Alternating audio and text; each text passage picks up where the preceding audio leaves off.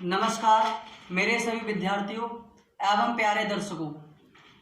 आज हमारे YouTube channel attention point का नया विषय है, उसका नया टॉपिक है अर्थशास्त्र के अध्ययन के लाभ। अर्थशास्त्र क्या है मैंने आप सभी लोगों को अपनी पिछली वीडियो में बता दिया है। अब अर्थशास्त्र के अध्ययन के हम जो अध्ययन कर रहे हैं अर्थशास्त्र का, हम जो जानकारी प्राप्त कर रहे हैं अर्थशास्त्र की, उससे हमें क्या लाभ हो सकते हैं, क्या हमें उससे फायदे हो सकते हैं, उसके बारे में आज चर्चा होगी। तो सबसे पहले मैं आपको बता दूं कि अर्थशास्त्र के अध्ययन के दो लाभ होते हैं। पहले सैद्धांतिक लाभ वो होते हैं जो निश्चित नियमों एवं सिद्धांतों के आधार पर ज्ञात किए जा सकते हैं।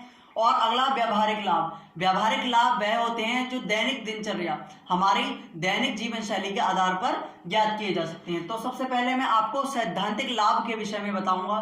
तो सैद्धांतिक लाभ का हमारा जो पहला बिंदु है उसका नाम है ज्ञान में वृद्धि। सैद्धांतिक लाभ का जो हमारा पहला बिंदु है उसका नाम है ज्ञान में वृद्धि। मतलब अर्थशास्त्र के अध्ययन से, अर्थशास्त्र के विषय में जानने से हम लोगों को उसके नियम एवं सिद्धांत दोनों पता चल जाएंगे। तब क्या होगा, हमारे मानसिक विकास में वृद्धि होगी, हमारे ज्ञान में वृद्धि होगी, हमारा सर्वांगीण विकास होगा। तो अर्थशास्त्र के द्वारा हमें या हमारे एजुकेशन में, हमारी शिक्षा में भी सुधार आएगा और हमारे ज्ञान में भी वृद्धि होगी। तो ये लाभ हमारा अर्थशास्त्र का सबसे पहला सैद्धांतिक लाभ है। अगला सैद्धांतिक लाभ है तर्क शक्ति का विकास। आजकल आपने देखा होगा कुछ लोग तर्क करने में, एक दूसरे से बहस करने में, बहस का मतलब ये नहीं लड़ाई झगड़ा, बहस का मतलब ये है अपनी बात दूसरे तक ना कहना या अपना अधिकार दूसरे से ना लेना, या स्वयं की बात सही होने पर उसको गलत बताए जाने पर उसका जो है उत्तर ना दे पाना। तो अर्थशास्त्र हमें ये सिखाता है, अर्थशास्त्र के पढ़ने से हमें लाभ होगा कि हमारी तर्क शक्ति जो है, हमारी सोचने समझने की शक्ति जो है, हमारी जो है जवाब देने की शक्ति जो है, जो हमारे अपने अधिकारों को प्राप्त करने की शक्ति जो है, जिसका नाम है तर्क शक्ति, उसका विकास हो जाएगा। अगला जो पॉइंट है हमारा उसका नाम है चुनाव शक्ति में वृद्धि। हम ये अक्सर आपने देखा होगा कुछ लोग ये चयन नहीं कर पाते कि हमारे लिए किस विषय वस्तु से या किस प्रकार की वस्तु से अधिक लाभ होगा या कम लाभ होगा। हम अक्सर ये देखते हैं कि कुछ लोग ऐसे होते हैं जो बिना लाभ वाली अलाभकारी वस्तुओं का भी प्रयोग कर लेते हैं लाभ समझकर। इसलिए अर्थशास्त्र के पढ़ने से हमें चुनाव शक्ति में हमारी वृद्धि हो जाएगी, हमें चयन करने की शक्ति आ जाएगी कि कौन सी वस्तु हमारे लिए ज़्यादा लाभकारी है और कौन सी वस्तु हमारे लिए ज़्यादा नुकसानदायक है। अगला सैद्धांतिक लाभ जो लास्ट है, सैद्धांतिक लाभ दृष्टिकोण का रूप। जो हमारा अर्थशास्त्र है उसका दृष्टिकोण, उसका नजरिया कैसा है, अर्थशास्त्र का नजरिया कैसा है, अर्थशास्त्र के नजरिए के बारे में हमें पता चलता है। तो अर्थशास्त्र का अगला लाभ ये हमारा है सैद्धांतिक लाभ दृष्टिकोण का रूप। प्रत्येक अर्थशास्त्री या व्यवसाय में जुड़ी सभी क्रियाकलापों का नजरिया एवं उसका दृष्टिकोण हमारे लिए एक आयगत है या व्ययगत है। मतलब हमारे लिए वो आय फायदेमंद है या खर्चीला है। सभी प्रकार की जानकारियां अर्थशास्त्र के अध्ययन के सैद्धांतिक लाभ से ही ज्ञात की जा सकती है। यदि अर्थशास्त्र का हमें सैद्धांतिक लाभ का अध्ययन है, सैद्धांतिक जो हमारे लाभ हैं उसका पॉइंट है दृष्टिकोण का रूप। हम किसी विषय वस्तु या अर्थशास्त्र में पाई जाने वाली किसी विशेष इकाई की दृष्टिकोण के बारे में भी अध्ययन कर लेते हैं। और अगला जो हमारा दूसरा बी नंबर का जो लाभ है उसका नाम है व्यवहारिक लाभ। तो हमारा अर्थशास्त्र का अध्ययन का व्यवहारिक लाभ का पहला लाभ है गृह स्वामी व उपभोक्ताओं को लाभ।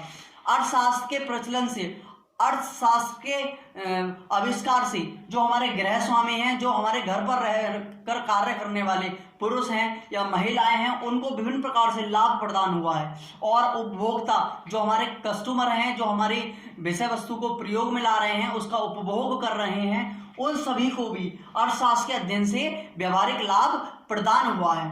अगला है उत्पादक व्यापारी को लाभ। अर्थशास्त्र के प्रयोग से, अर्थशास्त्र के अध्ययन के प्रयोग से, अर्थशास्त्र का अध्ययन करने के बाद विभिन्न प्रकार के उत्पादकों को ये जानकारी मिल गई है कि किस विषय वस्तु को कैसे हम बनाएं कि कम लागत पर अधिक उत्पादन कर सकें, कम खर्चे पर अधिक रोजगार प्राप्त कर सकें, कम खर्चे पर अधिक आमदनी प्राप्त कर सकें। अगला हमारा व्यापारी को लाभ। जब कम लागत पर अधिक उत्पादन होगा तो जाहिर सी बात है व्यापारी लोग भी ऑटोमेटिक ही व्यापारी को लाभ हो जाएगा। तो अर्थशास्त्र के अध्ययन से व्यावहारिक लाभ में व्यापारियों को भी लाभ मिला है, व्यापारी को भी नीतियों का जो निर्धारण है वो करना आ गया है। अगला जो हमारा इसका टॉपिक है, अगला जो हमारा बिंदु है वो है कृषकों का श्रमिकों को लाभ।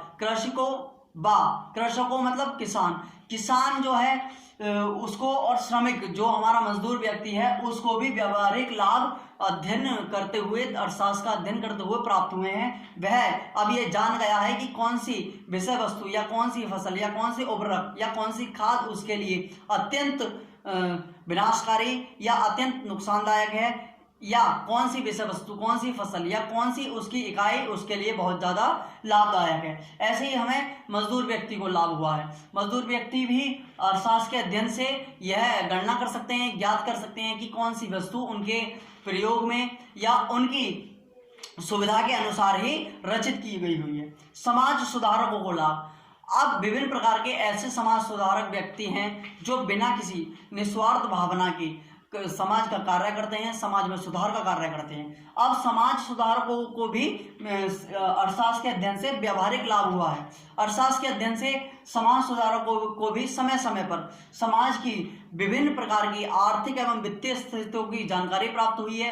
पहले आर्थिक और वित्तीय स्थितियों की जानकारी प्राप्त ना होने पर समाज सुधारक अपने स्तर से कार्य करते थे, लेकिन जब उन्होंने अर्थशास्त्र का अध्ययन किया, अर्थशास्त्र का जानकारी प्राप्त की, अर्थशास्त्र से जानकारी प्राप्त की, तब उन्हें व्यावहारिक लाभ प्रदान हुआ। और व्यावहारिक लाभ प्रदान होने के बाद समाज सुधारकों को एक ये लाभ हो गया, वह विभिन्न प्रकार की आर्थिक स्थितियों एवं वित्तीय स्थितियों के विषय में जान गए। अगला है हमारा विद्यार्थियों को लाभ। आप सभी लोग ये पढ़ रहे हैं, सुन रहे हैं, आप सभी लोग जानते हैं कि आजकल के जो विद्यार्थी हैं, हमारे जो युवा हैं, वो हमारे आने वाले भविष्य, हमारे भारत का गौरव है, गर्व है। तो विद्यार्थियों को भी अर्थशास्त्र का अध्ययन करने को मिला है और अर्थशास्त्र के अध्ययन से भी विद्यार्थियों में यह भावना आ गई है वह किस प्रकार से अपनी जीवन शैली का प्रयोग करें और जीवन शैली को किस प्रगति पर ले जाएं, ताकि उन्हें भविष्य में चलकर किसी प्रकार की कोई क्षति ना हो और आय में बढ़ोतरी हो सके। तो विद्यार्थियों की दृष्टि भी इस अध्ययन पर चली गई और इस अर्थशास्त्र के अध्ययन से व्यावहारिक लाभ विद्यार्थियों में भी देखने को मिला है। अगला जो हमारा पॉइंट है वो है भारतवासियों को लाभ। जब सभी चीजें इसमें आ गई, गृह स्वामी, उपभोक्ता, उत्पादक, व्यापारी, कृषक, श्रमिक, समाज सुधारक, विद्यार्थी, कहीं ना कोई व्यक्ति भारतवासी भी है, या ये कह लीजिए आधे से ज्यादा लोग भारतवासी हैं, या ये सभी लोग ही भारतवासी हैं। जब इन लोगों को इससे लाभ होगा तब अर्थशास्त्र के अध्ययन से सभी भारतवासियों को लाभ हो जाएगा और भारतवासियों को, जो हमारे भारत के निवासी हैं, भारतवासी हैं, उनको व्यावहारिक लाभ, अर्थशास्त्र के अध्ययन से व्यावहारिक लाभ होगा। तब वह अपने व्यवहार की, मतलब अपने क्रय विक्रय की, अपने आय व्यय की, अपने सभी खर्चों की एवं रोजगार की सभी जानकारियां प्राप्त कर सकते हैं एवं अर्थशास्त्र की रूपरेखा के अनुसार ही अपना कार्य कर सकते हैं। वह ये जान चुके हैं कि उनकी किस रूपरेखा पर किस तरह से उनको रोजगार प्राप्त होगा। तो भारतवासियों को भी विभिन्न प्रकार से अर्थशास्त्र के अध्ययन से व्यावहारिक लाभ हुआ है और अर्थशास्त्र के अध्ययन से इन सभी व्यक्तियों को लाभ हुआ है। आज का हमारे इस वीडियो में, इस टॉपिक में मैंने आपको अर्थशास्त्र के अध्ययन के लाभ बताए। आशा करता हूं कि आप सभी को अर्थशास्त्र के अध्ययन के सभी लाभ जो हैं, सभी इसके फायदे हैं, सभी जो इसके गुण हैं, उनके विषय में समझ में आ गया होगा और आप इसकी रूपरेखा जान चुके होंगे। धन्यवाद।